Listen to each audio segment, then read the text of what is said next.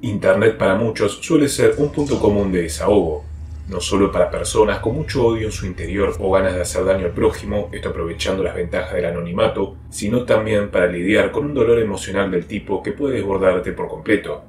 Para un padre o una madre, el ítem de tener un hijo problemático puede encontrarse entre las peores cosas que le pueden ocurrir. La sensación de fallar y no entender el porqué pudo ser lo que llevó a Harry, el protagonista de este video, a llevar un registro del año 2008, 2009, 2010 y 2011 sobre el comportamiento de su hijo del nombre ficticio Lucas. Comportamiento cuyo título del blog donde estaba alojado su diario puede darnos una pista de lo que nos vamos a encontrar. Raising a Psychopath o Criando un Psicópata es actualmente un blog eliminado, que por suerte pude recuperar la que creo que son todas sus entradas gracias a la máquina del tiempo de internet.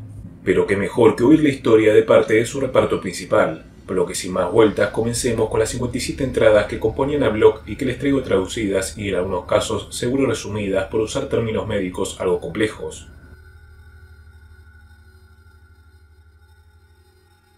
Hoy es 18 de septiembre del año 2008, el quinto aniversario de nuestro día de la adopción, y probablemente lo celebraremos con un pastel, aunque celebrar es una palabra algo desfasada ante la realidad que atravesamos junto a mi esposa.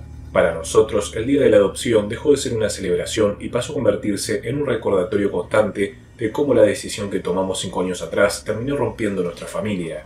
La única esperanza que almacenamos en nuestro interior, y por muy duro que suene, es que solo resta 365 días para un último día de la adopción, donde podamos echarlo de casa, un año hasta recuperar la apacible normalidad.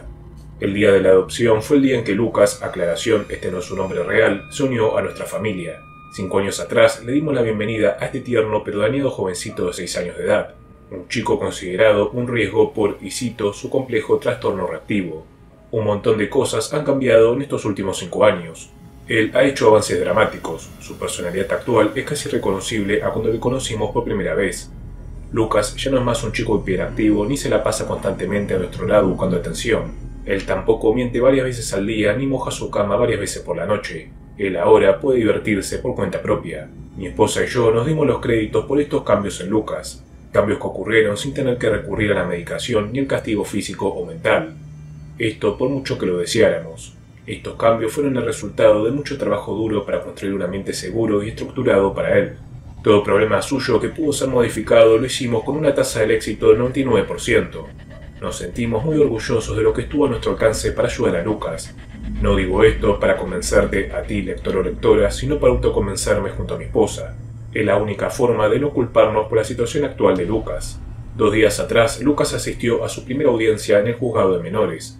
Él irrumpió en la casa de nuestra vecina, revisó su cajón de ropa interior, olfateó algunas de sus prendas y luego le dejó a la chica una fotografía de su miembro erecto como evidencia de su inesperada visita. Este fue el primer incidente donde se le presentaron cargos porque antes pudimos mantenerlo bajo control. Esto cambió en los últimos 6 meses cuando Lucas cumplió 11 años. Ese fue el día donde descubrimos que ya no podíamos controlarlo. En el día de su cumpleaños, el mundo se convirtió en un lugar más peligroso. Tengo 3 objetivos con este blog. Primero, documentar la infancia de un psicópata. Segundo, ofrecerme apoyo a padres de chicos o chicas que sean similares a Lucas. Sé lo que se siente que tus amigos y familia cercana no te entiendan o te crean. Sé lo que están padeciendo. Por último, espero que este blog me sirva como una forma de escritura terapéutica, que me ayuda a sanar mis heridas emocionales mientras veo el sendero sin salida que mi hijo adoptivo está por tomar. Desearía haber comenzado este blog hace 5 años. Así de esta forma podré llevar un registro lineal del cambio en Lucas. Pero en mi realidad actual tendré que mezclar historias de años atrás con historias de la actualidad. Lamentablemente no podré llevar estas actualizaciones de forma constante. Si notan que ha pasado muchos meses de mi última entrada, es porque probablemente esté lidiando con muchos de los problemas que Lucas trae a mi vida, o que incluso yo mismo ya no continúe con vida. La madre de sangre de Lucas, vamos a llamarle María, tuvo una vida difícil. La familia de María era muy pobre y vivía en una pequeña e insegura ciudad. Para cuando María cumplió 14 años, ella no solo estaba involucrada en asuntos de estupefacientes y alcohol, sino que también ya estaba embarazada de Lucas. Durante sus primeros 2 años de vida, Lucas vivió junto a María en la casa de la madre de María, es decir, su abuela. Ella fue quien se encargaba la mayor parte del tiempo de Lucas. En su cumpleaños número 2, la custodia de Lucas pasó a su padre biológico, y fue en su estadía que Lucas evidenció todo tipo de señal de abandono o maltrato. 9 meses luego, María consiguió un techo para ella y su hijo, recuperando la tenencia de Lucas. María solo logró mantener esta estabilidad por 4 meses y Lucas eventualmente regresó a vivir junto a su abuela. Cuando cumplió 17 años, María se mudó al hogar de un hombre bastante peligroso, un traficante que solía decorar su casa con todo tipo de arma de fuego para defensa personal en caso del ataque de una pandilla rival. María se embarazó de él y tuvo otro hijo. Creyendo que finalmente había conformado una familia, María recuperó a Lucas de la casa de su madre y decidió criarlo junto a su hermanastro y padrastro. Pocos meses luego, algo demasiado peligroso ocurrió en ese hogar y el Estado decidió intervenir. Lucas fue recuperado de la casa del traficante gracias a servicios infantiles y se le dio la tenencia a la madre de María. Lucas extrañaba tanto a su familia que su comportamiento se fue tornando cada vez más hostil, a tal punto que su propia abuela decidió entregarlo al gobierno. A sus 5 años de edad, Lucas fue reubicado en una familia adoptiva. Las cosas iban bien, pero el comportamiento de Lucas, sumado a su hábito constante de orinar su cama, provocó que Servicios Infantiles decidiera recuperar la custodia estatal de Lucas. A sus 6 años, Lucas se mudó al hogar de las personas más amables que podría llegar a conocer. Esta pareja tenía mucho amor que dar. Ellos ya contaban con 2 hijos adolescentes y sus fuertes creencias religiosas los llevaron a dar la otra mejilla al prójimo, buscando convertir su hogar en un centro de adopción. Por temas personales, la familia decidió que solo podía mantener a Lucas de forma temporal en su hogar. Esto con un fuerte dolor en su alma al ver cómo Lucas por primera vez en su vida parecía ser feliz. La felicidad de Lucas fue rota por completo el día que mi esposa y yo decidimos adoptarlo y separarlo de esa familia. Esta es una de las 4 partes del recorrido que hice junto a mi esposa hacia la adopción. Se basa en algunas notas y memorias que conservo de esa época. Durante los primeros 8 años de nuestro matrimonio, uno de nosotros dos solía preguntar de forma ocasional si deseábamos tener un hijo. Siempre la respuesta era la misma: no. En septiembre del año 2002, uno de nosotros dos, no recuerdo quién, preguntó otra vez y la respuesta mutó en un tal vez. Ese tal vez nos hizo replantear varias cosas que decidimos hablar a fondo en una cena romántica en el local de comida rápida Wendy's. Ninguno de los dos quería sacrificar su carrera a cambio de criar a un infante. No queríamos convertirnos en niñera de tiempo completo, ni mucho menos nos interesaba tener un bebé. Solo queríamos tener un niño. Fue gracias a esto que surgió la idea de adoptar. Contactamos con una agencia local especializada en niños y niñas que se consideraban algo viejos en términos de adopción. A lo largo de 3 horas por domingo y durante 8 semanas asistimos a sesiones de entrenamiento que la agencia nos exigía a cambio de acceder a su sistema de adopción. Aprendimos a ser un padre y una madre y sobre todo a cómo ser los chicos que habían sufrido de situación de abandono o de cosas aún peores. Muchos de los niños con quienes hablamos padecían enfermedades mentales bastante serias o distintos tipos de discapacidad física. Sentíamos pena por esos niños, pero sabíamos que no contábamos con la paciencia suficiente para darles una buena contención. Tiempo luego, en un día como cualquier otro, una mujer del centro de adopción se presentó ante nuestro hogar, cargando varias fichas con los perfiles de diferentes niños y niñas ingresados al sistema. Ninguno de ellos se ajustaba a lo que buscábamos. Así pasaron otros 6 largos meses de espera. Fue a mediados de julio cuando nos llamaron del centro de adopción. Creemos que encontramos al niño ideal para ustedes. Su nombre es Lucas. Pese a todos los padecimientos que Lucas había atravesado a lo largo de su corta vida, nos creíamos a la altura de brindarle todo el apoyo y amor posible para que pudiera sanar. A mediados de agosto conocimos a Lucas en el centro de adopción. Él no nos observó ni nos respondió nada, pero pese a esto decidimos que él era el niño que queríamos convertir en nuestro hijo. Las terapeutas del centro le obsequiaron una mochila con útiles escolares, al igual que varios globos de felicitaciones por haber encontrado su familia. Lucas destruyó la mitad de los balones y soltó al cielo la otra parte.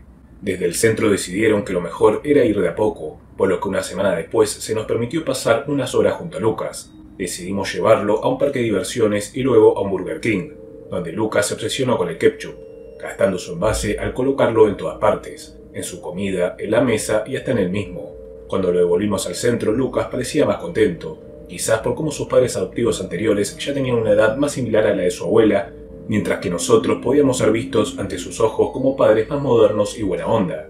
Tras nuestra primera salida, estábamos bastante ansiosos de tener a Lucas en nuestro hogar, pero la burocracia estatal solo ralentizaba la etapa final de adopción.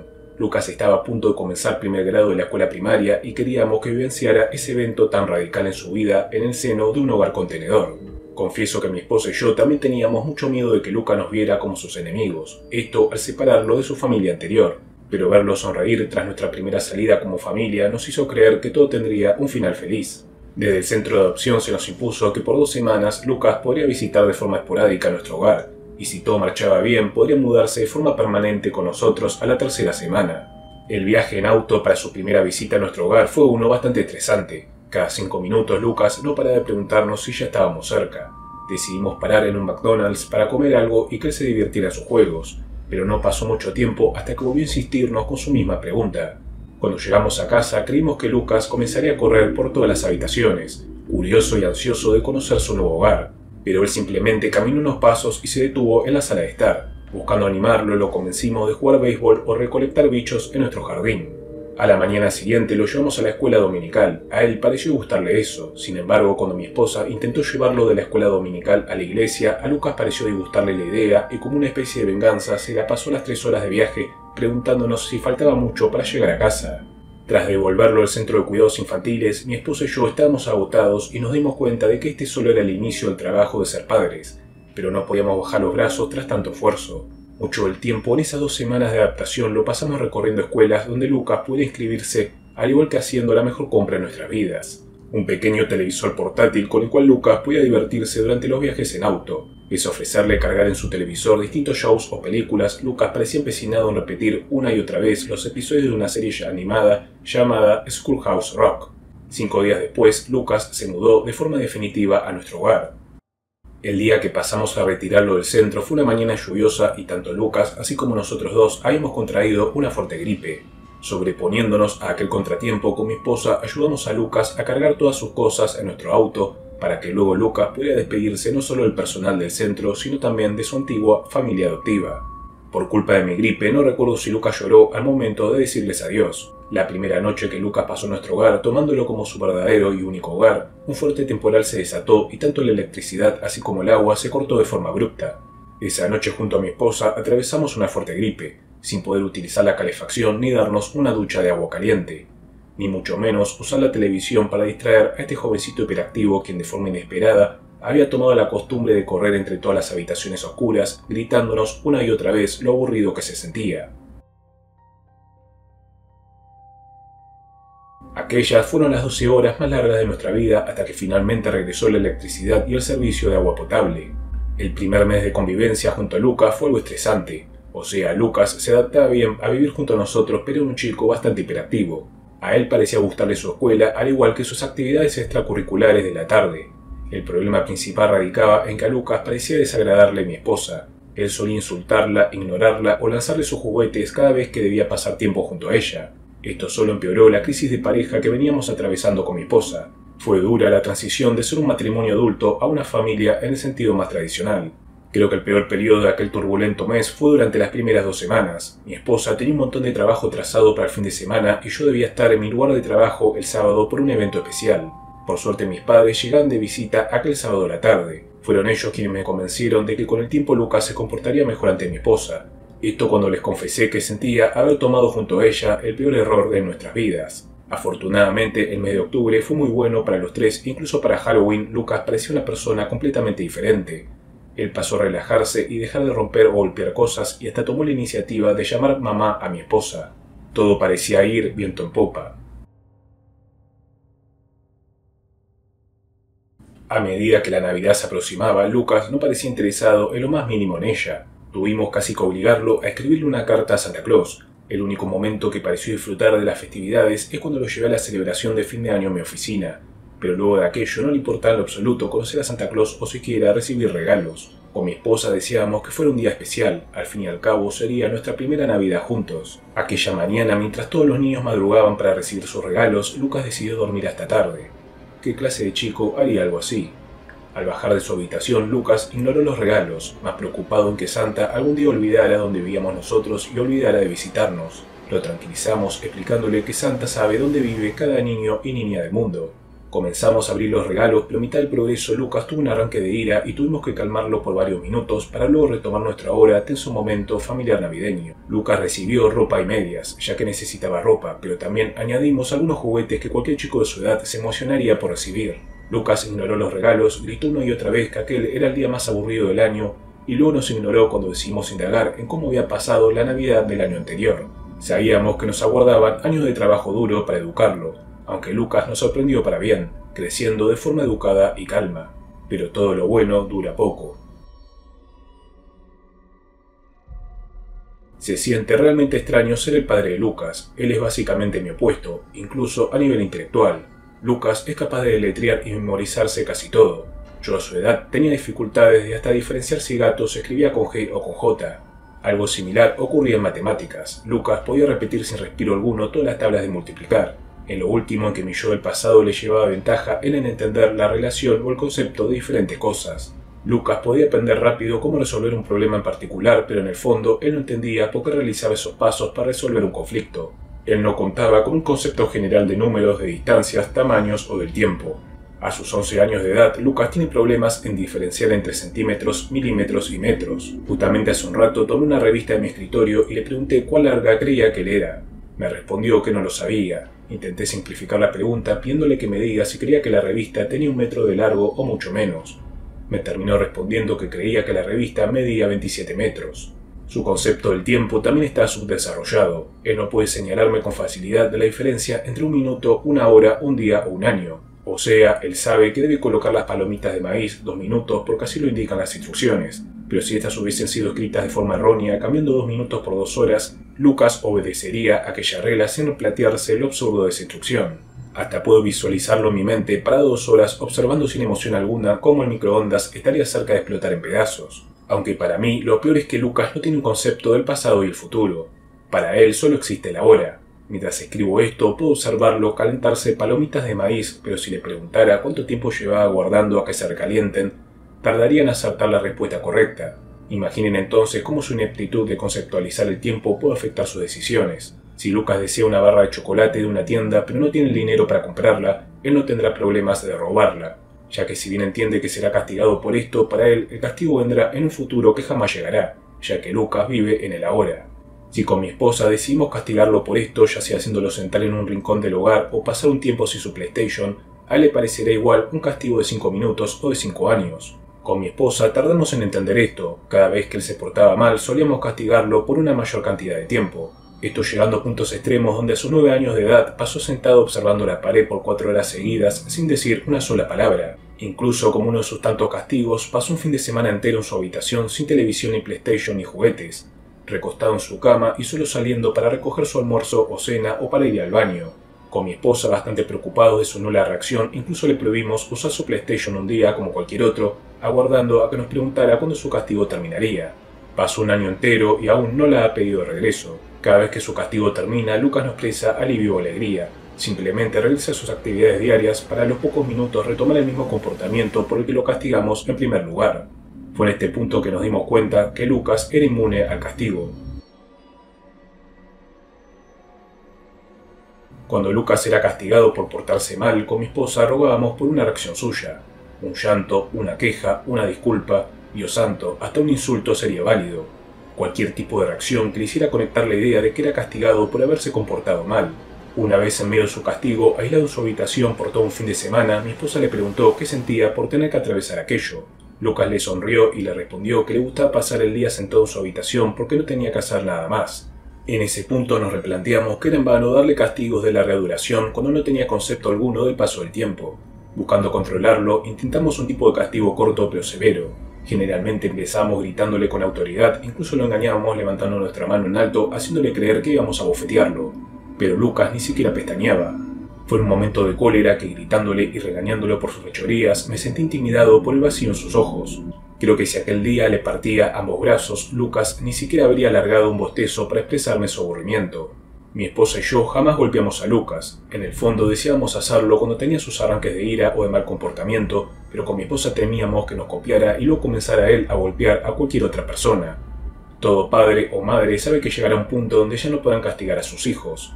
El promedio suele estar en los 16 años, por lo que cuando tus castigos no sirven en un chico que recién cumplió 11 es cuando sabes que una crisis familiar se aproxima. Cuando castigar o oprimir a un chico para controlar su comportamiento no sirve de nada, ¿qué otra cosa se puede hacer? Cuando Lucas cumplió 11, finalmente entendimos y aceptamos que ningún castigo o recompensa lograría controlar su comportamiento. Esta revelación transformó nuestras vidas. Mi esposa y yo cambiamos por completo nuestro código paternal con Lucas. Aunque quieren saber algo, Creo que paternal ya no era una palabra válida, porque cuando Lucas cumplió 11, nosotros dejamos de ser sus padres en el sentido de enseñarle qué está bien, qué está mal o que aprender sus errores. De cierta forma pasamos a convertirnos en sus guardianes. A Lucas no se le permitía moverse fuera de casa sin que vigilásemos cada movimiento suyo. En casos extremos podíamos llegar a aceptar que otro adulto lo vigilara, pero sí o sí cada paso de Lucas debía ser monitoreado. A ella no se le permitía participar de actividades extracurriculares ni siquiera jugar solo en nuestro jardín. Hasta llegamos al punto de que debía usar la computadora o jugar con sus consolas de videojuego bajo nuestra supervisión. La mayor parte del día Lucas se sienta en su habitación a oír la radio. Cualquier chico o chica de su edad perdería la cabeza ante tal nivel de severidad durante su tiempo libre. Cuando nos dimos cuenta de que ya nada de lo que hiciéramos o dijéramos impactaría en su vida fue cuando decidimos ignorarlo y solo enfocarnos en vigilarlo. Lucas jamás sería una persona feliz o triste. Él simplemente existía. Lo sé, suena horrible. De seguro debes pensar que somos los peores padres del mundo, ¿cierto? Esto sonará como una locura para cualquier padre o madre de un niño o niña sana. Pero para Lucas mantenerlo ignorado y vigilado funcionaba a la perfección para que no se metiera en problemas. Sé que allá afuera existen padres que lograrán empatizar con nosotros. Otra cosa que comenzó a ocurrir cuando Lucas cumplió 11 años es que comenzamos a desapegarnos emocionalmente de él. Sin ninguna manera de que distinga el bien del mal, nos preparamos mentalmente para el inevitable momento en que Lucas terminará en un centro de detención juvenil o con un destino mucho peor. Antes del incidente con nuestra vecina, creíamos que lo peor comenzaría cuando Lucas cumpliera 13 años. Sus fechorías se adelantaron 2 años. Hoy, día 13 de septiembre del año 2008, hice una lista de crímenes que estoy seguro que Lucas terminará efectuando. A sus 12 años, estoy seguro que dañará de gravedad a otro chico de la escuela, que atacará de forma sexual a una compañera de curso, que robará celulares o consolas portátiles de sus compañeros de clase. Seguro esto lo repetirá 2 o 3 veces. A sus 13 lo vio envuelto en su primer crimen violento contra otra persona, otra situación de abuso contra una chica indefensa y un robo, quizás con arma de fuego. A sus 14 años lo vio cometiendo su primera violación, su primer robo de un automóvil y seguro algún ataque con armas blancas hacia mi esposa y hacia mí.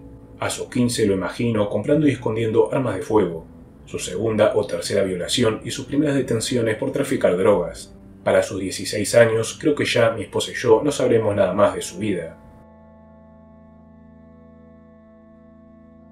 Lucas no es un chico violento de la forma en que la mayoría de personas concibe a un joven agresivo, es decir, él no enseña ningún rastro de ira o malicia. En cambio, Lucas parece no interesarle nada. A él no le interesa lo más mínimo la otra persona que tiene frente suyo, y esto puede significar que cometa un acto violento sin comprender que le está haciendo daño a esa otra persona. Lucas solía dejar su guitarra en las escaleras, guitarra con la cual pasaba horas practicando. Un día sin querer la pisó y la rompió. Fue realmente un accidente, él no lo hizo con maldad alguna, pero al ver quizás su objeto favorito hecho añicos, él simplemente se quitó los restos de sus zapatillas y continuó su rutina diaria. Lucas ve a las demás personas como su guitarra. Varios días luego de que Lucas se topara con videos eróticos de sadomasoquismo en internet, él intentó replicarlo apretando con dureza los glúteos de una chica de la escuela. Él siguió haciéndolo incluso cuando la chica lloraba y le rogaba que se detuviera. Lucas no buscaba hacerle daño, pero tampoco le interesaba lo que ella sentía en ese momento. Que Lucas no pueda preocuparse por los objetos y sobre todo las personas, que él no pueda amarlas u odiarlas, es lo que le llevará a cometer actos cada vez peores. Quizás una de las grandes diferencias entre hacer el amor con una persona o violarla es la empatía que uno siente por esa otra persona. Mientras haces el amor te preocupas por los sentimientos o si a esa persona le gusta lo que le estás haciendo. Lucas sería incapaz de llegar a ese nivel de empatía. En la mente actual de Lucas, y seguro su mente en los próximos años, no hay diferencia entre hacer el amor o someterse sin su consentimiento a una persona. Él no cometerá tal crimen atroz por odio o maldad, él lo hará simplemente como si fuera una acción más en su rutina. Estoy seguro que un día de estos Lucas seguro intentará matarnos. Vuelvo a repetirlo, si Lucas nos mata no lo hará por maldad o por odiarnos. Puede que un día Lucas consiga un arma de fuego, y sin un objetivo claro simplemente la levante en alto y nos dispare a mi esposa y a mí. Si un día Lucas decide tomar una galleta del frasco de golosinas, él no nos pedirá por favor tomar una ni aguardará a que dejemos la cocina para robarse una. Simplemente acortará los pasos previos a su objetivo, usando su arma para matarnos y así puede tomar la galleta. Él tendrá su galleta y sentirá lo más parecido posible dentro de su mente a ser feliz. La mayoría de niños forman un vínculo con sus padres al poco tiempo de su nacimiento. Ellos aprenden rápido que sus padres los cuidarán y alimentarán. De esa forma es como los humanos aprendemos a confiar y amar al prójimo. pero cuando un niño joven y salta de hogar en hogar, él no aprende de estos valores básicos. No aprende a confiar, no aprende a amar. Este es el trastorno reactivo afectivo. La madre biológica de Lucas solía dejarlo a solas por varias horas. A veces salía de fiesta con sus amigos y pasaba todo un fin de semana sin visitar a su hijo. Luego sobrevino el ida y vuelta de Lucas en el hogar de su padre biológico y de sus familias adoptivas. Durante los primeros años junto a Lucas, realizó una investigación para estudiar su comportamiento y similitudes a los síntomas del trastorno reactivo. Lucas cumple con casi todos los ítems. Por ejemplo, actuar de forma impulsiva sin preocuparse por las consecuencias, fascinarse en tópicos como el gol, la sangre, la muerte o el fuego, y la ausencia de amistades longevas o vínculos cercanos. Por su parte, mi esposa y yo cumplimos con los síntomas de padres con hijos de este trastorno. Léase fatiga crónica, cambios en el estado de ánimo, culpa, frustración y depresión. A lo largo de los 5 años de convivencia junto a Lucas, aprendimos a conocerlo bastante bien. La mayoría del tiempo acertamos sobre qué puede estar pensando o planeando. Aprendimos sobre cómo funciona su mente y hasta podemos predecir con una alta tasa positiva cómo va a reaccionar ante un evento o situación nueva. Creo que mi hijo no solo no tiene un código moral, sino que no cuenta con una conciencia en absoluto. Es un concepto algo extraño si uno lo piensa. La idea de que un ser humano no tenga una conciencia, quizás lo que menos distingue de los animales. Falta de remordimiento, falta de moral, falta de conciencia. Estos 3 ítems reflejan la forma de ser y actuar de mi hijo. Estos 3 ítems también arrojan un mismo resultado en Google: psicopatía. Mi esposa seguro diría algo del estilo de "estás loco". Lucas puede comportarse mal algunas veces, pero no es Ted Bundy ni Charles Manson. Sí, los psicópatas pueden tener una falta de remordimiento, moralidad o conciencia, pero no significa que sean iguales que Lucas. Intenté ajustar mi búsqueda online. No estaba buscando la descripción de un asesino en serie, solo la de una persona que parece no mostrar respeto por el prójimo, alguien que no puede entender lo que el otro siente. Pese a esto, el término psicópata continúa apareciendo en cada uno de mis resultados. Por cada acto de sumisión, camuflado en bondad que Lucas tenía, detenía mi búsqueda. Por cada acto de crueldad que repetía, profundizaba mi investigación, intentando entender cada vez mejor lo que englobaba el término de psicopatía. El término de psicópata es más amplio y complejo de lo que imaginaba. No todos los asesinos en serie son psicópatas, y algunos psicópatas incluso pueden trabajar de políticos, vendedores de autos u ocultarse en empleos comunes y corrientes. La mayoría de psicópatas se adecúan bastante bien entre la sociedad, siempre fingiendo sus emociones y dañando, más de forma emocional que física, a los pobres diablos que se meten en medio de sus objetivos. Un estudio sugiere que 1 de cada 100 personas son psicópatas, dando un estimado de alrededor de 3 millones de psicópatas desperdigados a lo largo de Estados Unidos. La mayoría de psicópatas no son asesinos, pero se les arreglan para hacer daño a quienes les rodean. Me tomó un año de investigación aceptar este diagnóstico como posible explicación a la forma de ser de Lucas. Al final de ese año ordené el libro Sin Conciencia, el inquietante mundo de los psicópatas que nos rodean, del especialista Robert Hart. A medida que pasaba sus hojas, más comprendía que convivía con un psicópata bajo el mismo techo. Al terminar el libro no me quedó duda alguna. Lucas, mi hijo adoptivo, es un psicópata. Darle el mote de psicópata a un jovencito de 11 años es una ardua y compleja batalla. Sin embargo, como padre, me es fundamental saber con lo que estoy lidiando. Si mi hijo tuviese asma, me gustaría informarme al respecto, entender la enfermedad, sus síntomas, qué provoca un ataque de asma y cómo evitar que mi hijo lo sufra. Si un padre no sabe qué es lo que padece su hijo, ¿cómo podrá ayudarlo? Cuando lidias con un chico de 11 años, psiquiatras, psicólogos, trabajadores sociales o terapistas, todas esas personas designadas a ayudarte, evitarán esa palabra como si estuviese maldita. Algunos incluso lanzarán una carcajada soberbia tratándote de exagerado. Ninguno de ellos te tomará en serio lo suficiente para realizarle exámenes a tu hijo. Incluso algunos te dirán que si tu hijo no es un psicópata, esto puede dañar su autoestima, provocarle una desconfianza completa hacia ti o hasta arrojar resultados falsos positivos. Es decir, que el examen arroje que el chico es un psicópata pero que termine no siéndolo y que tratarlo de esa forma le ocasione un daño de por vida. Pero a estos especialistas les pregunto, ¿por qué no pensar lo contrario? Si mi hijo es un psicópata, no le interesará saberlo ni que sus padres desconfíen de él. Al igual que seguro, usará todo su alcance para arrojar un resultado negativo y pasar inadvertido ante los especialistas. Por suerte, si un padre quiere saber si su hijo es un psicópata o no, existen algunos tests. Uno de los tests más certeros para detectar rasgos psicopáticos es la escala de evaluación de la psicopatía o PSL/R. Este test consiste de una lista de 20 características de un psicópata. El examinador analizará al sujeto de prueba y por cada una de las características le asignará un puntaje del 0 al 2 según lo más alejado o cerca esté de coincidir con esas características. Mientras que el PCL/IB está orientado a estudiar estas características en sujetos de prueba en edades cercanas a la adolescencia. He decidido entonces testear a mi hijo y comprobar si es o no un psicópata. Según la descripción del primer ítem, un psicópata está bastante alejado de ser una persona tímida o tartamudear en un evento social. Los psicópatas suelen tener un encanto superficial y una facilidad verbal para meterse en el bolsillo al resto. En la versión para adolescentes del test, esta característica se asocia bien en temas de causar buenas primeras impresiones. Lucas de cierta forma tiene su encanto. Él suele decirle a las personas lo que él cree que ellos quieren oír, especialmente si cree que por hacerlo recibirá algo a cambio. Él suele usar sus grandes ojos color café y su mirada inocente para generar empatía en otras personas, casi siempre en mujeres. Lucas se siente a gusto siendo el centro de atención. Él es bueno memorizando las líneas o acciones de personajes de televisión para luego replicarlas a la perfección cuando lo necesita. Lucas no puede seguir una conversación si él no es el centro de debate. Si estamos cenando y mi esposa cuenta algo de su trabajo, Lucas tratará de desviar la charla para terminar contando algo que le sucedió a él. Lucas no es una persona tímida, excepto cuando trata de ocultar sus dobles intenciones. Si él intenta ocultarnos una fechoría, lo hará a la perfección, pero extrañamente si él es descubierto nos detallará con lujo de detalle todo lo que hizo. Por ejemplo, cuando ocurrió aquel incidente con nuestra vecina, Lucas describió a los oficiales hasta qué prendas íntimas usó para excitarse y lograr sacarse la foto. Cuando Lucas fue a la corte por primera vez, él nos sorprendió confesando que se sentía algo nervioso, no por ser condenado, sino por miedo a que la televisión se interesase en su caso y sus amigos lo vieran en televisión siendo esposado y declarando ante el juez. Para él no importaba el tipo de condena, siempre y cuando sus amigos no lo vieran en televisión. En un puntaje del 0 al 2, en esta primera característica le daré a Lucas un 1.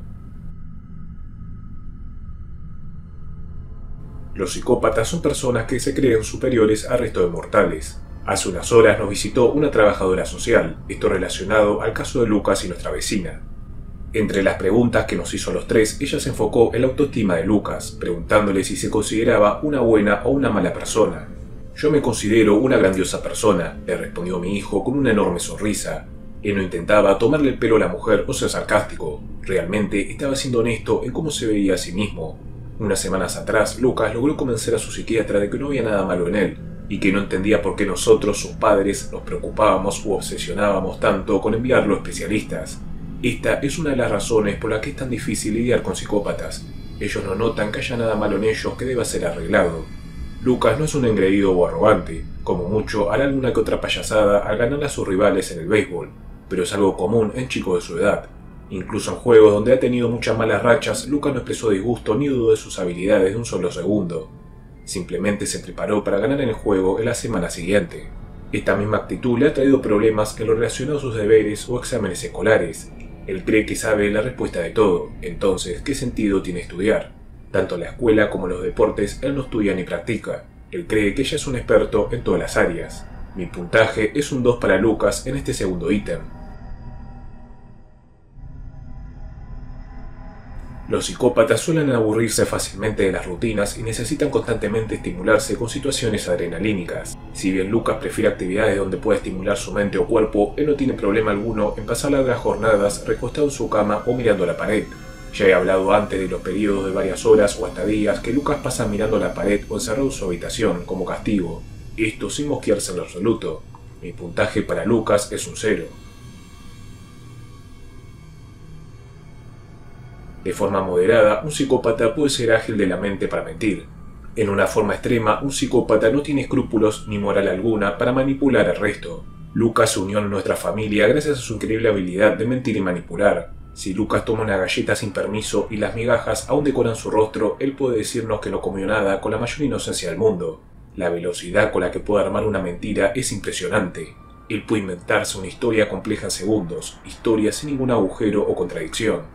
Encontramos una PSP en la habitación de Lucas una tarde. Él rápidamente nos explicó que pertenecía a su amigo Jeff, quien la había olvidado en el autobús y que Lucas había guardado para dársela al día siguiente. Aún desconfiando, llamamos a la madre de Jeff, quien nos indicó que su hijo tenía su consola junto a él. Lucas entonces nos explicó cómo en realidad la PSP era del hermano de Jeff. Otro llamado a la madre de Jeff desmintió su coartada. Lucas insistió sin inmutarse. Oh, entonces Jeff debe haberla guardado porque su amigo Ryan se la olvidó. Nos llevó 2 llamados más para que Lucas terminara confesando que se la robó a un chico llamado Scott. Pero él no solo mentía y miente en temas importantes. Hubo un día en que le pedimos que guardara su equipo de béisbol del jardín ya que una tormenta se aproximaba. Lucas entonces nos indicó que su equipo ya estaba guardado. Con mi esposa descubrimos que Lucas en realidad lo había guardado luego de nuestra orden, pero por algún motivo sintió la necesidad de confundirnos. Para nosotros mentir es uno de los mayores pecados, por lo que cada vez que mentía su castigo era 10 veces peor que cualquier otro. Pero sin importarle, Lucas continuó mintiéndonos. Para Lucas mentirnos se volvió un hábito, llegando a tal punto que hay días donde le prohíbo dirigirme la palabra, ya que sé que todo lo que saldrá de su boca serán puras mentiras. Por suerte, creo que descubrí el castigo ideal para Lucas por cada vez que mienta. De seguro se los explique en una futura entrada. Regresando a su puntaje, le daré a Lucas un 2, aunque creo que sus mentiras merecen incluso romper los límites y darle un 3 o un 10. Un psicópata engañará y manipulará al prójimo por medio de fraudes o trampas con el único fin de sacar ventaja, ya sea económica, laboral, romántica, entre un largo etcétera. Lo más resaltante de su accionar es la falta de empatía hacia los sentimientos o posible sufrimiento de sus víctimas. Resulta que la PSP que Lucas había robado de Scott en realidad pertenecía al hermano mayor de Scott. Lucas se la había pedido prestada y Scott accedió con la condición de que se la devolviera antes de que terminara la jornada escolar o si no su hermano golpearía a Scott por prestarla sin pedirle permiso. Tras no ver a Lucas a la salida de la escuela, Scott esperó el día siguiente para pedírsela y Lucas le señaló que la olvidó en nuestra casa.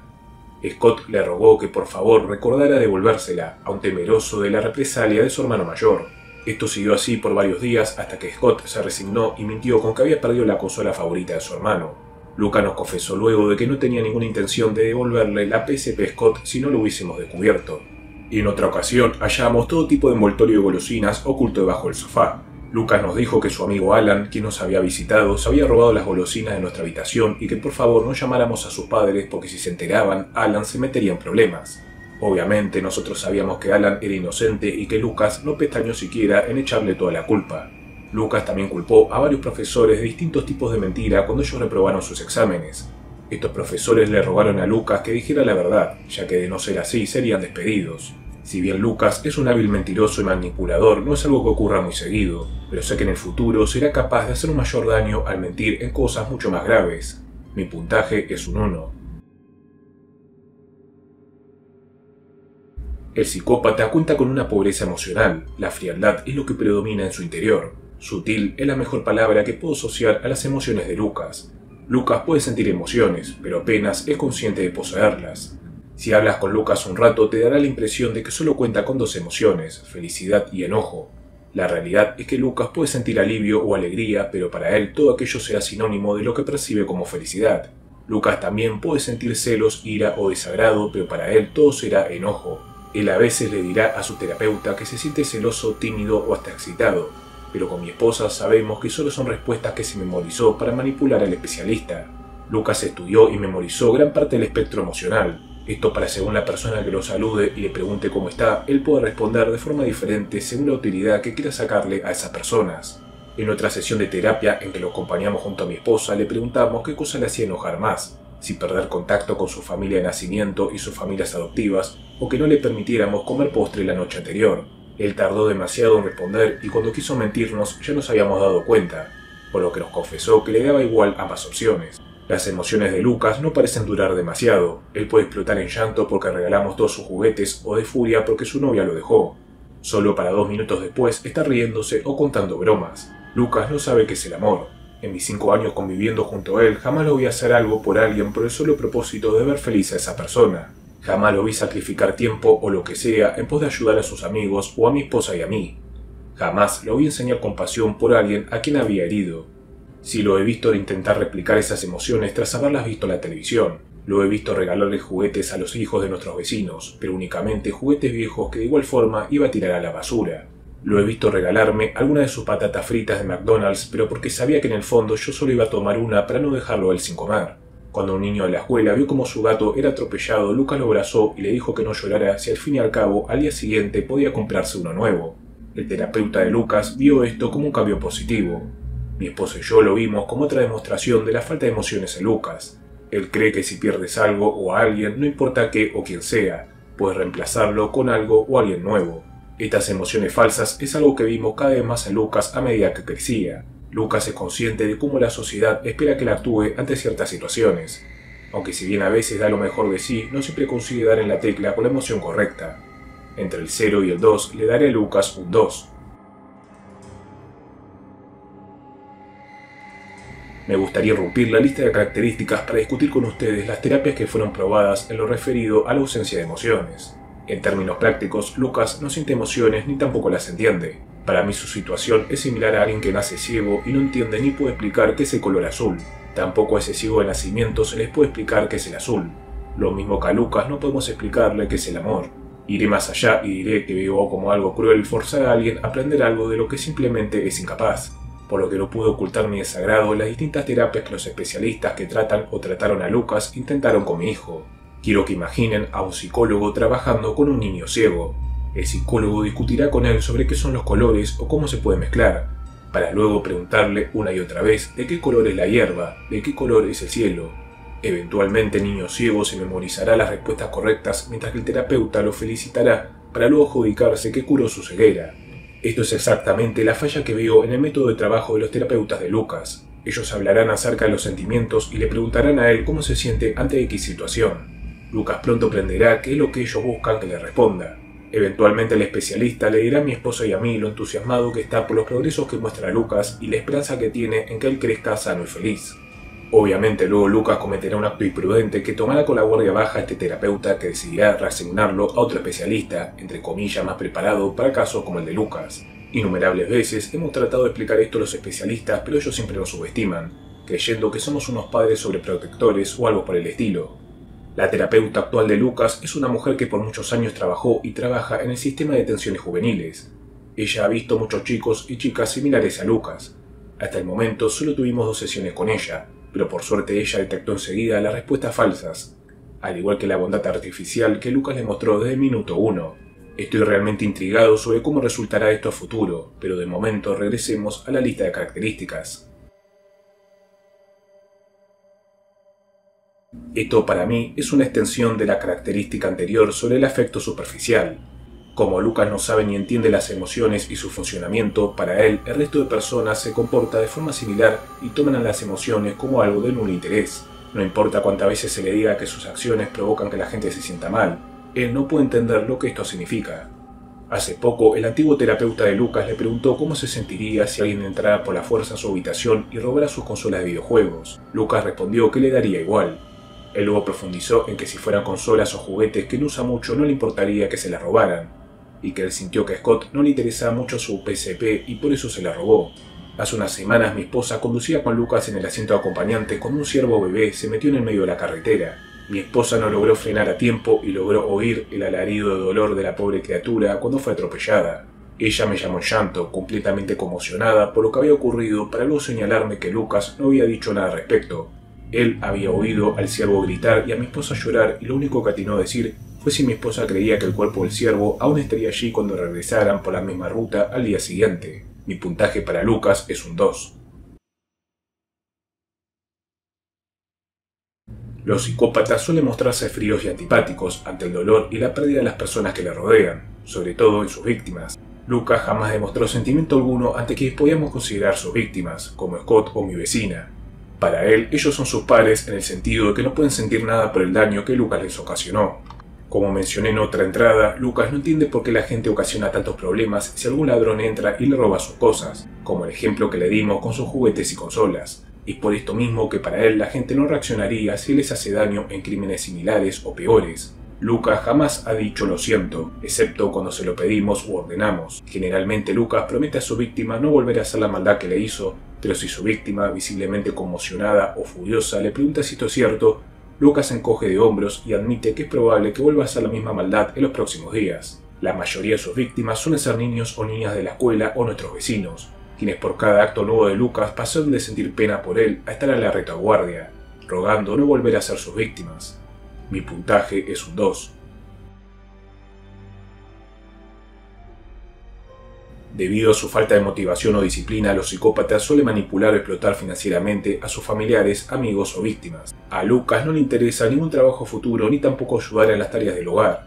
Es decir, si se lo ordenamos, él lo hará como si se tratara de un robot autómata, pero jamás nacerá por iniciativa suya el ayudarnos. El término de parásito es uno que se adecúa a cómo es Lucas, ya que ni siquiera hará nada para ayudarse a sí mismo. Él no siente ningún tipo de responsabilidad en su autocuidado y mucho menos en el de los demás. Él no siente deseo de progresar en la vida ni ganarse el respeto de otras personas. A él no le interesa ganar dinero. Él siempre se conforma con lo que nosotros le damos, así sean centavos. Él a veces dirá que quiere comprar tal o cual cosa, pero no mostrará ningún tipo de motivación para conseguir el dinero para comprar eso. El año pasado, junto a mi esposa, probamos un experimento en Lucas. Le ofrecimos $20 por sacar la basura todas las semanas. $20 por 5 minutos de trabajo. Lucas la primera semana cumplió a rajatabla su objetivo, pero tras conseguir esos $20 no volvió a sacar la basura a la semana siguiente. Ni siquiera cuando le ofrecimos la desorbitante cifra de $1000. Él tampoco gastó esos $20 que le dimos. Yo creo que Lucas lo hizo la primera vez porque quizás en el fondo buscaba sentir algo por esa recompensa, pero al notar que le daba igual perdió rápidamente el interés en el concepto del dinero, donde para él parece darle igual pagarle un centavo o $1.000.000. Tras este fallido experimento probamos con otro tipo de recompensa, como comida chatarra o viajes a parque de diversiones, pero similar a los $20, Lucas solo aceptó la primera semana de trabajo y luego desistió. Para él recibir alimento y refugio es más que suficiente. Mi puntaje es un 2. La versión para adolescentes de este test se refiere a esta característica como el manejo de la ira. Esto es realmente complicado de identificar en Lucas. Él es claramente una persona irritable y puede ofuscarse con facilidad, pero él no sabe cómo expresar su ira. Lo raro es que cuando algo realmente le molesta, Lucas no grita, patalea ni rompe cosas, sino que es como si se apagara por completo. Pueden imaginar a Lucas enojado como si fuera una computadora reiniciándose. Él hará su rutina normal, algo lo enojará, se quedará inmóvil por varios minutos y luego retomará su rutina como si nada hubiese ocurrido. Por más raro que suene, agradezco que Lucas actúe de esta forma, ya que si tuviera arranques de ira diarios, la situación se tornaría el triple insoportable y sobre todo peligrosa. Realmente no sé cómo calificar a Lucas o si su apagado, por así decirle, cuenta como ira, así que por las dudas le daré un puntaje de 1. La versión del test para adultos se refiere a cómo los psicópatas suelen tener parejas sexuales de usar y tirar sin poder mantener vínculos estables, o de mantenerlos siempre lo harán con un único fin de manipular o sacar provecho. La versión para adolescentes se enfoca más en un comportamiento más anormal en lo relacionado al floreciente interés sexual. De acuerdo, Lucas tiene 11 años, por lo que este ítem es casi imposible de analizar. Solo puedo basarme en sus búsquedas de internet o en predecir cómo será su comportamiento futuro en lo relacionado a esta área. A diferencia de los jóvenes de su edad que comienzan a redescubrir sus cuerpos y el de otros y otras, Lucas no llenó su historial con términos como pechos o desnuda, sino que suele buscar cosas como hombre forzando a una mujer a mantener relaciones. El lamentable incidente con mi vecina o con la chica de la escuela a quien Lucas le apretó su trasero con violencia me hizo entender que él puede calentarse, por decirlo de forma vulgar. Por esto y por cómo diviso su futuro, mi calificación es un 2. Antes de cumplir 13 años, un psicópata ya contará con un historial extenso en mentir, robar, hacer bullying o hasta vandalismo. Este ítem es fácil y ya les he hablado de todos los problemas que Lucas ocasionó a diferentes personas a lo largo de estos 5 años. Si bien él no cumple otros requisitos de este ítem como aspirar pegamento o beber alcohol, él ha robado, mentido y demás por muchas veces y con solo 11 años, por lo que lo más apropiado será darle un 2 como puntaje. Creo que esta característica es una continuación del ítem anterior y se enfoca más en cómo este comportamiento criminal empeora con el pasar de los meses y a medida que el psicópata va creciendo. No hay más que hablar, Lucas pasó de robar golosinas a meterse en casas ajenas, al igual que ya tuvo que declarar ante un juez con solo 11 años. El puntaje es un 2. Las pocas veces que le preguntamos e insistimos a Lucas sobre su futuro, él dijo que quería ser veterinario, luego un maestro pizzero o dueño de una tienda de frutas. Sin embargo, no supo explicarnos qué paso iba a seguir para cumplir cada una de esas profesiones. Él ni siquiera podía explicarnos qué cosas que aprendió en la escuela podría usar a su favor para estas tareas. Al ser Lucas un chico de 12 años, creo que es algo normal que aún no se plantee su futuro profesional. Para sustituir este ítem me enfocaré entonces en sus metas a corto plazo. Si le preguntas a Lucas qué notas saca en sus exámenes o cuántas anotaciones hará en béisbol, él siempre esperará lo mejor, pese a siempre tener un rendimiento regular. Nuestra vecina, la mujer a la que Lucas entró en su casa, buscó encarrilarlo y prometerle $1 por día a cambio de que Lucas no se perdiera un día de entrenamiento en béisbol. Si Lucas cumplía 50 días de entrenamiento, se ganaría $50, pero por cada día que se ausentara se le descontaría $1. Tras esos 50 días, Lucas solo ganó $1 del primer día, incluso cuando se había prometido ganar esos $50 a como de lugar. Lo mismo ocurrió cuando la mujer duplicó la cantidad de dinero por solo ir a entrenar un día a la semana.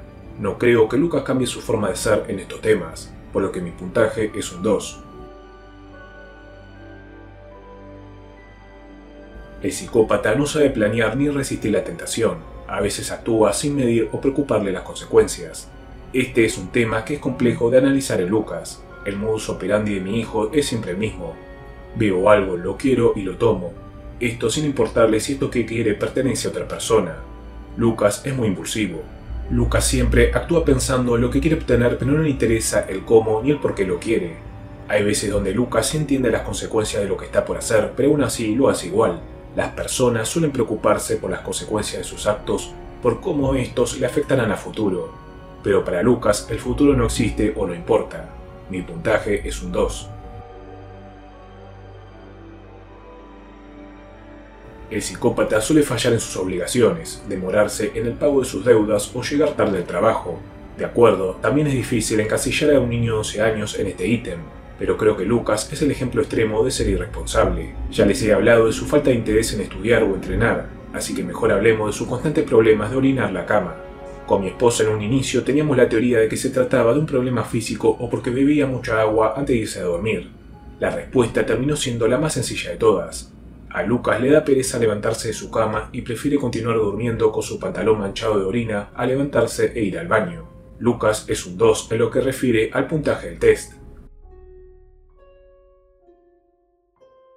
Cada vez que le recriminamos a Lucas algo que hizo, él siempre le echará la culpa a otra persona o se pondrá en víctima diciendo que no tuvo otra opción más que hacer eso. De pequeño, Lucas se metió sin permiso en la habitación de los padres de uno de sus amigos e intentó robarse su teléfono celular. La excusa fue que él creía que su amigo mentía cuando le contó que su padre contaba con un teléfono móvil. En la escala del 0 al 2, Lucas se lleva un 2. Este ítem en adolescentes se basa en lo difícil que le es mantener amistades a largo plazo. Hablándolo con mi esposa, ella decidió darle un 0 a Lucas, algo que me sorprendió. Entonces ella me respondió que se lo dio pensando a futuro, es decir, el ítem para adultos. Para ella, Lucas tiene un nulo conocimiento de las relaciones entre personas a nivel afectivo, que jamás tendrá una pareja seria ni mucho menos una esposa. Esto a diferencia de cómo los psicópatas con un puntaje de 2 suelen tener todo tipo de romance corto o matrimonios fallidos. Lucas no tiene amigos que pueda considerarlo como personas cercanas. Para él, un amigo cumple la función de prestarle algo, invitarlo a su casa o ayudarlo a no aburrirse. Una vez este amigo sale de su vida, aunque sea por unos minutos, Lucas lo olvida por completo. Lucas tuvo y tiene varias novias, entre comillas, pero el noviazgo solo dura pocos días o 2 semanas como plazo máximo. Lucas parece no verse afectado cuando las chicas deciden terminar con el vínculo. Esto es algo que hasta llamó la atención de uno de sus antiguos terapeutas. El especialista creía que Lucas fingía no importarle para actuar como una especie de macho alfa, pero honestamente a Lucas no le interesaba en lo más mínimo que su novia lo abandonase. Si bien esto podría tomarse como una actitud algo madura, Lucas confesó que él se tiene en tan alta estima que sabe que jamás le faltarán mujeres en su vida, así que ¿para qué preocuparse por quienes lo abandonan? Lucas podría entrar en el estereotipo de chico malo, y es por esto que siempre tiene una novia nueva. Lucas es un joven atractivo, carismático, seguro de sí mismo y que a la vez nada le interesa o preocupa. Para él es fácil conseguirse una chica, pero no tiene la habilidad para mantenerla en su vida, ni mucho menos el interés. Mi puntaje es un 2. Si bien los psicópatas son hábiles en huir a los problemas, es común verlos declarando ante un juez o pasando cierta cantidad de tiempo en prisión. Lucas ya tiene su expediente manchado por lo que hizo con nuestra vecina, pero a la vez él puede ser una persona bastante respetuosa de la ley, no por el respeto en sí, sino por no importarle en absoluto las consecuencias. Si la jueza le condenara a usar una tobillera electrónica que lo obligara a mantenerse en casa a partir del fin de la hora escolar hasta el día siguiente, Lucas obedecería sin recriminárselo en absoluto. Además de que fuese cual fuese el castigo, Lucas nos cumpliría a rajatabla por el simple hecho de que mi esposa y yo estaríamos detrás suyo vigilando de que pague por sus errores. Mi duda es que hará Lucas cuando ya no nos tenga a nosotros para vigilar sus fechorías. Mi puntaje es un 2.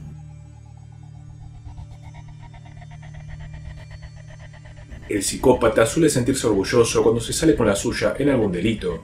Lucas no se especializa en un tipo de fechoría, él es bueno en muchas de ellas. Su lista incluye mentir, robar, engañar, irrumpir, acosar, destrucción de propiedad y hasta ocultar evidencias. Como mencioné hace tiempo, mi miedo es que dentro de poco se incluya la violación o el asesinato a la lista.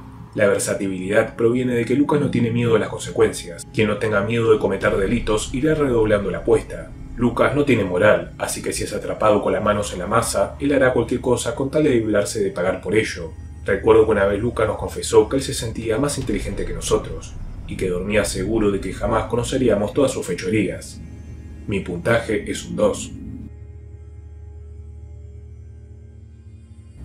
No soy un doctor ni tengo estudios profundos en la mente humana, pero sí tengo mi pasado en el mundo de la ciencia. Me considero una persona inteligente para interpretar diferentes situaciones, y por sobre todas las cosas soy el padre de Lucas. Conozco a mi hijo mejor que nadie.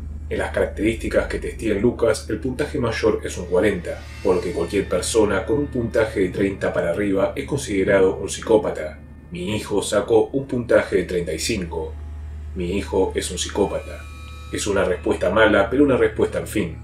Una respuesta a las dudas que almacené por años junto a mi esposa. Lucas ya había sido diagnosticado años atrás con el trastorno de apego reactivo. Fue por esto que con mi esposa buscamos especialistas que ofrecieran un tratamiento a este trastorno, al que llamaré por sus siglas RAT.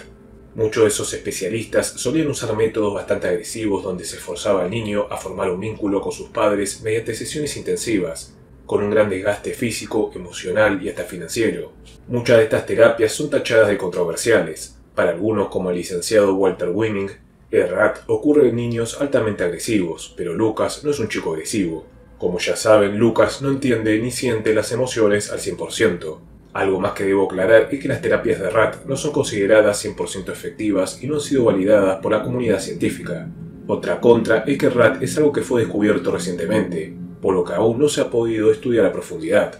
Quizás el RAT solo sea uno de los tantos problemas en la mente de Lucas. Quizás haya algo mucho más allá del RAT de lo que deba preocuparme en lo que concierne a la salud mental de mi hijo. Otra teoría que manejamos con mi esposa es que el consumo de alcohol y otras sustancias durante el embarazo de María, la madre biológica de Lucas, provocó su forma de ser y actuar en la actualidad. Si bien no tenemos evidencia fuerte de esto, el pasado de la mujer no deja lugar a dudas. Quizás el desorden neuronal solo sea uno de los tantos problemas en la mente de Lucas. Quizás haya algo mucho más allá de eso de lo que deba preocuparme en lo que concierne a la salud mental de mi hijo. ¿Qué es lo que obtienes cuando mezclas el desorden neuronal durante el embarazo y el RAT? ¿Un niño con emociones limitadas? ¿Un niño con problemas de comportamiento? ¿Un niño mentiroso? ¿Un niño dañado neurológica y emocionalmente? Lo que obtienes es un psicópata. Especialistas como Simona Nielsen o Jennifer Copley creen que la psicopatía no puede tratarse ni mucho menos curarse. A medida que investigo, la lista de profesionales que piensan similar va creciendo más y más. Para la doctora Lian Lidon, si tú te relacionas con un psicópata, no solo dañarás a tu entorno, sino que además es posible que tú también seas una persona dañada. Para Mark Tyrell, si sospechas que un psicópata ronda tu vida, debes evitarlo lo máximo posible. Para el Dr. Robert Hart, si tu hijo es un psicópata, no se lo puede abandonar.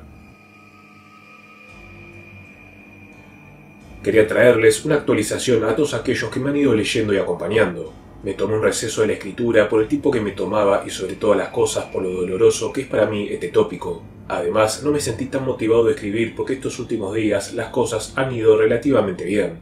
El comportamiento de Lucas está bajo control. No al 100%, pero es un avance. Creo que reconocerlo como un psicópata y tratarlo como tal me ayudó a mejorar a mi hijo. Además, he visto cierta madurez mental en él que veo como una buena señal. Pero quizás el mayor cambio lo he visto en mi persona. Me siento más calmado y con un mayor control en mi vida. Pero sobre todas las cosas me siento feliz.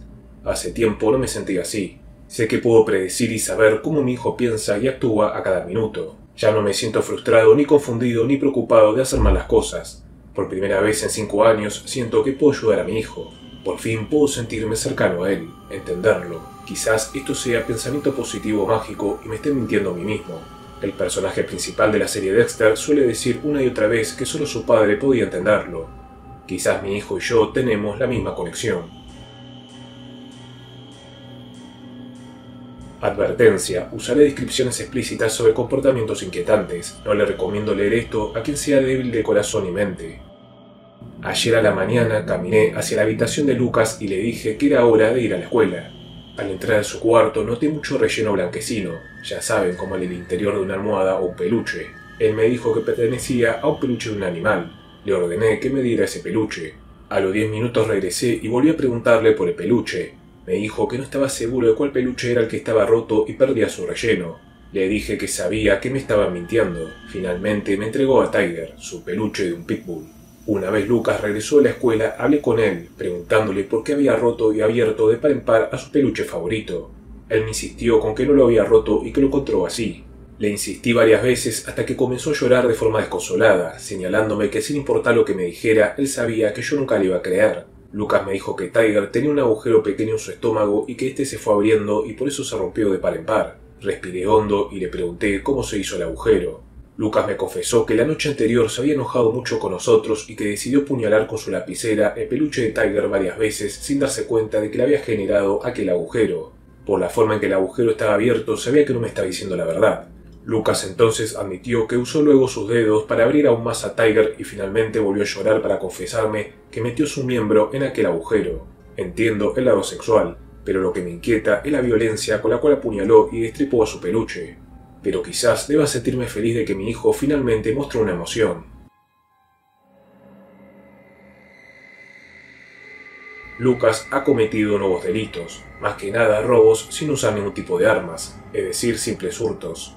A fines de enero, Lucas compareció ante la misma jueza del caso de nuestra vecina y la mujer decidió que un oficial de policía debía visitar nuestra casa varias veces a la semana para vigilar de cerca el comportamiento de Lucas, incluso algunas veces visitándolo también en la escuela. Era eso o pasar el fin de semana en un centro de detención juvenil. Gracias a esto, durante fines de enero hasta fines de marzo, la rutina de Lucas se modificó. La terapeuta de Lucas comenzó a visitar nuestro hogar para pasar 2 horas por semana hablando y estudiando a Lucas bajo su propio techo. Ella nos cae cada vez mejor y parece ser la única especialista de todos los que Lucas conoció que puede empatizar con nosotros y lo que tenemos que lidiar a diario. La mujer sumó al equipo a un psiquiatra al cual Lucas debía ver todos los meses y a una psicóloga a quien Lucas deberá ver cada 3 meses para una evaluación.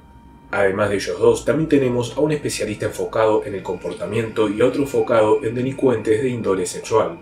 Aunque convencimos a los últimos 2 de cesar con sus terapias ya que creíamos que era demasiado para Lucas lidiar con psicoespecialistas, el oficial de policía dispuesto por la jueza, el terapeuta escolar y las visitas al jurado.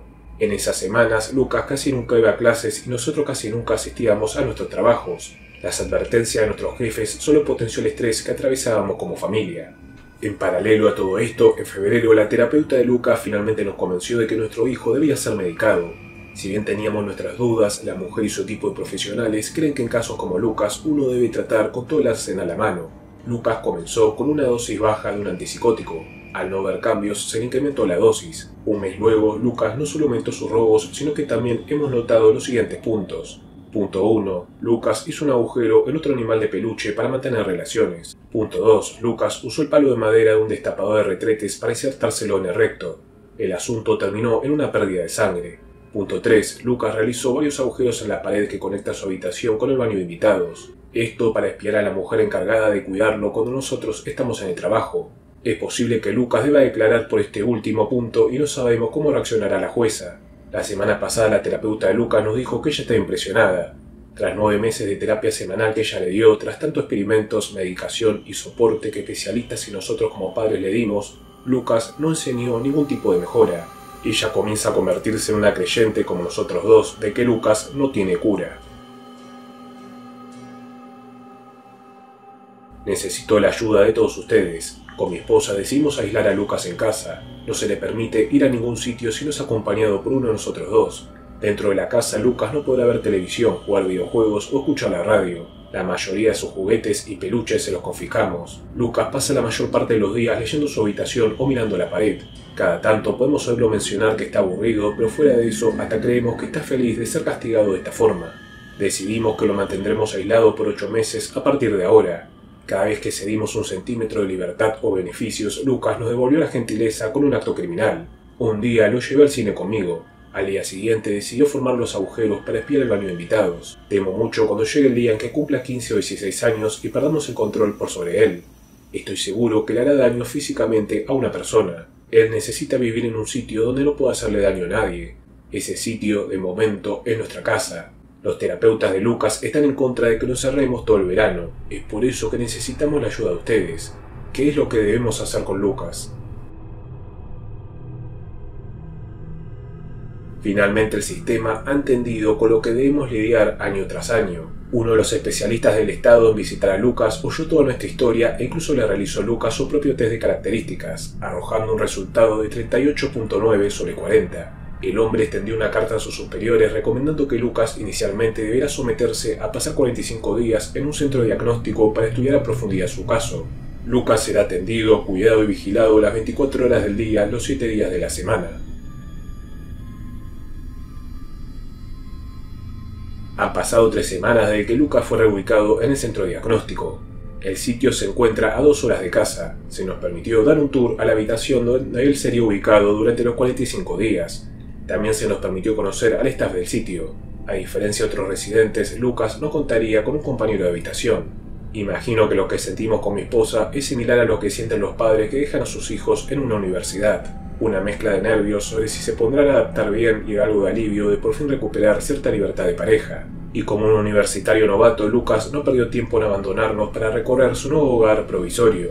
Como imaginarán, él no soltó ni una sola lágrima y básicamente tuvimos que obligarlo a que nos dijera adiós. De camino a casa paramos en un restaurante elegante a cenar. Por primera vez en todos esos años podíamos sentirnos como una pareja de personas comunes y corrientes. Con mi esposa decidimos pasar el fin de semana largo visitando la ciudad de Nueva York. Comimos, reímos en las obras de teatro, hicimos el amor con pasión en nuestra habitación del hotel. Nos sentíamos relajados, nos sentíamos felices. Aunque cuando la excitación pasó, comenzamos a preocuparnos sobre qué ocurrirá cuando pasen los 45 días. Nos preocupa qué cosas él aprenderá de los amigos que haga allí adentro. Amigos que han matado o que han formado pandillas. ¿Él será más peligroso cuando regrese a casa? Decidimos llamarlo 2 veces por semana. Hoy decidimos irnos unos días a la playa. Es algo que solíamos hacer los 3 antes de que las clases retomaran. Se sentirá raro hacerlo ahora sin él. A él se le permitió llamar a casa siempre que lo quisiera. En estas 3 semanas no nos llamó ni una sola vez. En el día 40 de la reubicación de Lucas, mi esposa y yo fuimos a una reunión con el equipo de especialistas del sitio. Ellos nos mencionaron cómo sería lo mejor que Lucas pasara más tiempo allí adentro. Todos, incluyéndonos, estuvimos de acuerdo. La parte difícil vino al final del día 45, ya que la Oficina de Delitos Juveniles dejaría de pagar las cuentas de él allí adentro. Por otra parte, nuestra empresa de medicina prepaga nos pidió tiempo para estudiar el caso y aprobar derivar sus fondos en la internación. La recomendación de los especialistas es que para mantener a la sociedad segura, Lucas debe ser monitoreado las 24 horas del día, pero la empresa de medicina prepaga nos pide de 3 a 11 días antes de dar su veredicto. ¿Qué podríamos hacer hasta entonces? Mantener a Lucas en aquel centro equivale a un aproximado de $300 por día. Desde la compañía nos dijeron que pagáramos y no nos preocupáramos que luego se nos reintegrarían los fondos. Días luego se nos hizo evidente que la empresa había decidido lavarse las manos. Fue entonces cuando recibí el llamado del oficial a cargo de Lucas, explicándome cómo Lucas iba a ser transferido a una celda de un centro de detención hasta que la corte decidiera actuar en su caso. Para los especialistas de crímenes juveniles, Lucas era un peligro para la sociedad y sin que nosotros pudiésemos costear más días en el centro de diagnóstico, no tenían otra opción de momento más que encarcelarlo. Sé que mi hijo es un peligro y sé que en el futuro cercano terminará en prisión. Pero pese a esto, y quizás por mi lado paterno o por sentir que era una injusticia encerrar a mi hijo por algo que podría hacer, es que junto a mi esposa decidimos luchar por la libertad de Lucas.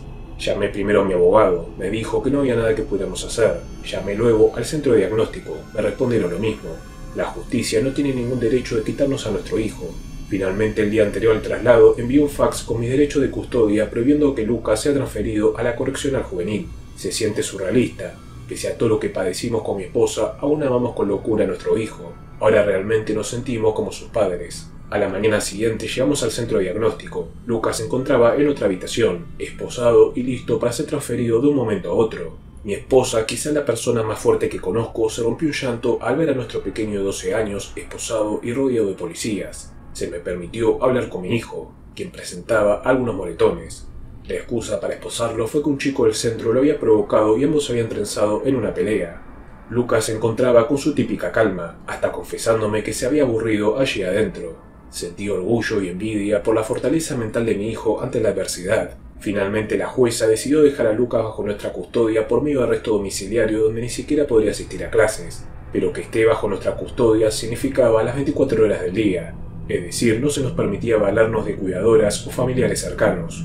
De cierta forma, estaremos en prisión domiciliaria junto a nuestro hijo.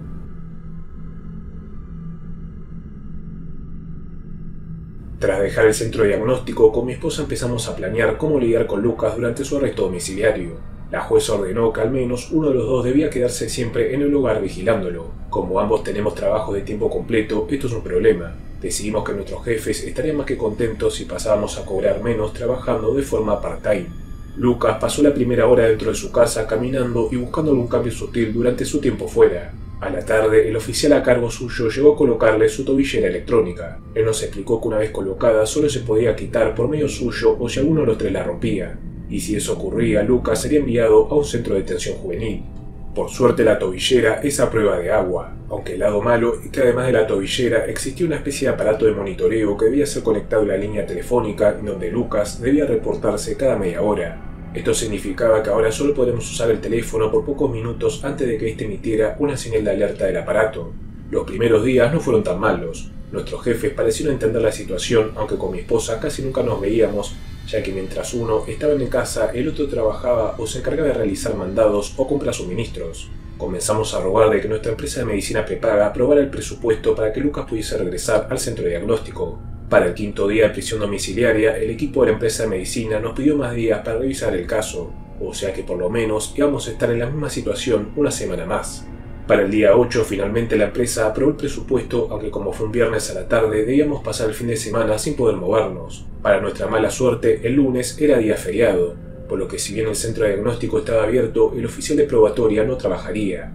Para este punto nuestros jefes empezaron a perder la paciencia mientras que mi esposo y yo nos sentíamos atrapados en nuestra propia casa y hasta comenzábamos a sufrir de ansiedad y otros males por culpa del aislamiento. Pese a que con mi esposa discutíamos cada vez más, Lucas lucía completamente en calma. Finalmente llegó el martes y con él la desgracia de que el centro de diagnóstico no realizaría el traslado hasta que la empresa de medicina confirmara el pago de la primera cuota. Lamentablemente, esto incluía documentación escrita, algo que las políticas de la empresa de medicina no permitían. La burocracia nos arrastraba a un día más de detención domiciliaria. Miércoles, día 13 del arresto domiciliario, día en que estaba determinado a dar fin al asunto. Llamé al centro de diagnóstico y agendé que Lucas sería recibido ese mismo día a las 3 de la tarde. Esto lo hice sin el permiso de la jueza. Luego llamé al oficial a cargo de Lucas, explicándole que el centro había confirmado que recibiría a Lucas y por ende debía ser liberado de la tobillera. Mi plan era que si el Estado no liberaba a Lucas a tiempo de la prisión domiciliaria, se los podía acusar de irrumpir el tratamiento de mi hijo.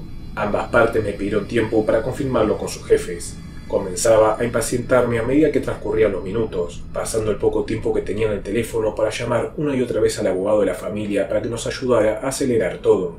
Finalmente, a las 12:30 del mediodía, se aprobó la liberación de Lucas. Contento, llevé a Lucas a almorzar a Wendy's, su primera comida chatarra tras tanto tiempo y seguramente la última comida deliciosa que iba a probar en varios meses. Estaba orgulloso de su buen comportamiento. Unos días después tuvimos que limpiar todo nuestro hogar, ya que en aquellos 13 días en casa, y pese a como no lo perdíamos de vista, Lucas se las arregló para ocultar envoltorios de golosinas o latas vacías de refresco, una costumbre que tenía. En todo ese tiempo habíamos tenido que pagar $1.800 para que Lucas permanezca en el centro de diagnóstico y evite la prisión domiciliaria. Algo gracioso teniendo en cuenta que el abogado familiar nos cobró $1.750 por sus servicios durante el caso.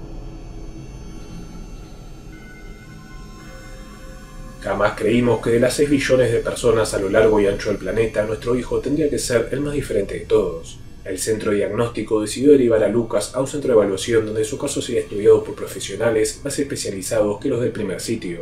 El staff del centro de evaluación fue hostil con nosotros. Ni siquiera nos permitían saber en qué área se encontraría Lucas. Era difícil visitar a Lucas por las reglas estrictas del sitio. Eventualmente logramos enterarnos de que Lucas había sido llevado a una área especializada en pervertidos sexuales. Los especialistas están enfocados en tratar los problemas sexuales de Lucas, ignorando todos sus otros problemas mentales, incluyendo su psicopatía. Ellos creían en un tratamiento sumamente agresivo en Lucas. Sabíamos que él saldría peor de allí adentro. Gracias a sus nuevas amistades, Lucas empezó a aprender el lenguaje de los pandilleros de las calles. También aprendió a sobornar a los enfermeros para que le traigan cosas del exterior. Lucas no hacía sus deberes de la escuela a distancia y a nadie parecía importarle. En su tiempo libre, Lucas logró junto a sus amigos que se les permitieran ver películas de terror. Con mi esposa estábamos en contra de esto. ¿Qué clase de sitio le enseña películas de asesinos en serie como Michael Myers o Jason Voorhees a un psicópata de 12 años de edad?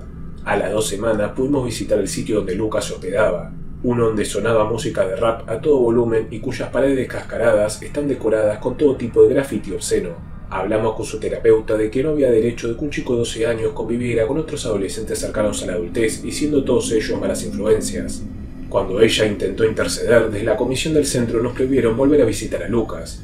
Nos pasamos horas discutiendo y gritando con todo integrante del staff del lugar hasta que su propio abogado nos pidió que dejáramos de ser unos llorones. Perdón, pero soy el padre de Lucas. Desearía que él dejara de importarme, pero no puedo. Quisiera no tener empatía ni sentimientos hacia él. Creo que la vida sería más sencilla de esa forma.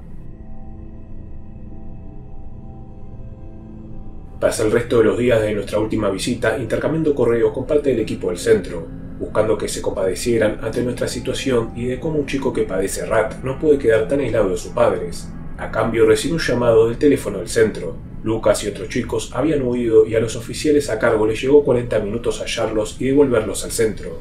En palabras de una psicóloga del lugar, ella no se vio venir esto en Lucas, quien era el más cordial de todos ellos. Más tarde recibimos un llamado de uno de los supervisores. Él tampoco había visto venir que fuera Lucas quien ideó la idea de fugarse. Le expliqué al supervisor que Lucas jamás había huido de ninguna situación y que aquel plan de huida sonaba algo predeterminado y Lucas siempre actuaba por instinto. Finalmente, y luego de tanto insistir, se nos permitirá visitar a nuestro hijo. Las cosas han ido bien, tanto para Lucas como para nosotros. Lucas se ha adecuado a vivir allí y a comportarse mejor. Nos enteramos que sus notas escolares mejoraron y que tuvo una novia, la cual abandonó el centro. Lucas se consiguió otra novia al día siguiente. Los oficiales del sitio le echan el ojo a todo momento por lo que no tiene posibilidad alguna de meterse en problemas. Nos hemos acostumbrado a la vida sin Lucas. Solemos llamarlo 2 veces por semana y visitarlo fin de semana por medio. La vida luce bien para mi esposa y para mí, y nos sentimos como antes de haberlo adoptado. Por mi parte, he recibido un ascenso en el trabajo. La vida fue buena por algunos meses hasta que la empresa de medicina prepaga nos despertó una mañana con la noticia de que los pagos al centro habían sido denegados. Según los especialistas de la empresa, ellos creían que Lucas no necesitaba más tratamiento y por eso habían apelado que Lucas debía ser liberado del centro y que la empresa ya no debería pagar más otro mes de internación. Desesperados, llamamos por ayuda al staff del centro de evaluación. Ellos nos dijeron que era una trampa típica que la empresa de medicina solía hacer para ahorrarse varios dólares. Quizás para que nos acostumbremos nuevamente a tenerlo bajo nuestra tutela, el centro nos permitió que Lucas pasara un fin de semana en nuestro hogar. Creo que este fin de semana será crucial para el futuro de nuestra familia. Lucas llegó a casa el fin de semana pasado y la pasamos bastante bien. Lo acompañamos al centro comercial a comprarse ropa nueva y luego salimos al cine y a cenar. Él parecía no decidirse qué cosa cenar y tuvimos que elegírselo nosotros. Algo similar ocurrió con el desayuno del día siguiente. Pero más allá de eso, los tres estábamos felices. Realmente disfrutamos del tiempo juntos y hasta con mi esposa nos sentimos tristes al tener que volver a dejarlo en el centro durante los últimos días que le quedaban allí. Durante esos meses, y preocupados por la creciente inseguridad, instalamos varias cámaras de seguridad a lo largo de la casa. Cámaras que revisé instantáneamente, curioso de los hábitos nocturnos de mi hijo tras tanto tiempo allí afuera. La cámara entonces me enseñó cómo durante la noche y tras saludarlo e irme a dormir, Lucas notó rápidamente la presencia de la cámara, turnándose para estudiarla mejor y volver a su cama a fingir dormir mientras mi esposa, con algo de insomnio, subía y bajaba las escaleras hacia la cocina. Lo más inquietante vino luego. Lucas se arrastró a la oscuridad para espiar cómo mi esposa se duchaba para luego ir a su cuarto a tocarse. Tras acabar, Lucas orinó y defecó en la ropa nueva que le regalamos, escondiéndola en su closet para que tras ver este video descubriéramos su regalo, por así decirle. Lucas nos engañó a la perfección. Esto era lo que más temía, lo que Lucas es y será capaz de hacer ahora que es un adolescente. Llamé de urgencias a la terapeuta a cargo de Lucas. En sus palabras, y tras Lucas mentirle como era usual en él, esas grabaciones nos ayudarán a que la empresa de medicina deba, como mínimo, pagar la internación de Lucas por 6 meses más. Llegó 6 meses, pero la terapeuta de Lucas en el centro finalmente entendió que pese a sus engaños de niño bueno, Lucas aún no progresaba en sus problemas mentales. La mujer me ha confesado comenzar a sentirse frustrada de la forma compulsiva en que Lucas le miente. Para Lucas la vida en el centro se hizo más compleja ya que la mujer era consciente de cómo es realmente. Las mentiras se le acabaron, por lo menos hasta el llamado que recibimos ayer. La mujer ha renunciado. Lucas tendrá un nuevo especialista a cargo. Nos acercamos al fin de año de Lucas en el centro de evaluación. En los últimos meses Lucas no ha causado muchos problemas. Él también parece manejar un mejor sentido del humor y es realmente divertido tenerlo a nuestro lado. Cada 2 semanas se nos permite un tiempo libre de algunas horas para almorzar con él o ir de visita a algún sitio cercano.